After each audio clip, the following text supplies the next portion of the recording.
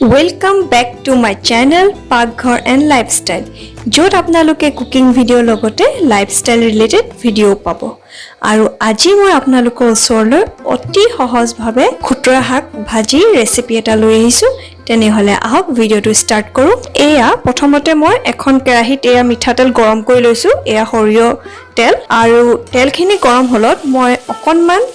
methi guti disu. Methi guti khini kula holot moi নহৰু দিছো নহৰুখিনি মই ঠেটালি দিছো আৰু ইয়াত নহৰু পৰিমাণটো অলপমান হৰ কৰি দিম আৰু এয়া হালধি অকমানো দি দিছো লগতে এয়া মই অলপমান জলকীয়া গুৰি দিছো আৰু আন্তাজ মতে নিমখ দি দিছো লগতে দুটা কেঁচা জলকীয়া এইদৰে দীঘলে দীঘলে কাটি দি দিছো এতিয়া এইখিনি ধুনীয়াকৈ ভাজি লওঁ আৰু এয়া চক আমাৰ নহৰুখিনি ধুনীয়াকৈ ভজা হ'ল এতিয়া মই কাটি ৰখা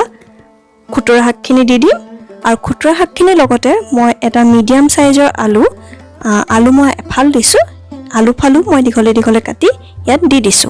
শাকৰ ভাজিত সদায় নিমখৰ পৰিমাণটো কমকৈ ৰাখিব কাৰণ শাকখিনি শুকাই গলে বহুত কমি যায় এতিয়া সৰল যেন লাগিছে পিছত আৰু কমি যাব গতিকে শাকত সদায় নিমখটো অকমান চাই চিতি দিব অকমান পাৰিলে কমকৈ দিব